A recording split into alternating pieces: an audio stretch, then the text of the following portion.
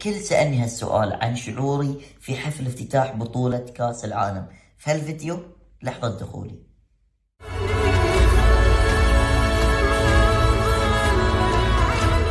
لحظة دخولي كنت خايف مرتبك، قلبي طق، لأن مئات الملايين من البشر يشوفوني في هاللحظة.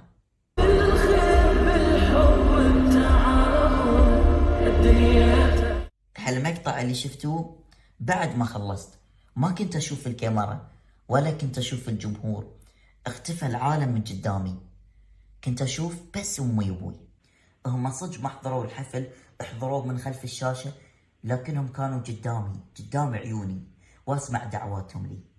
مشيتي هذه كانت لأمي وأبوي، أمشي وأنا رافع راسي بكل فخر، فخري فيهم. شفت تعبهم وياي طول هالسنين، كنت أبي أطلع بسرعة وأروح أبوس يدهم وراسهم. أول ما طلعت من الملعب الكل كان يبارك لي ويهنيني، كل مدح وطراء وتهنئة حصلتها بعد الحفل حسيتها موجهة لهم.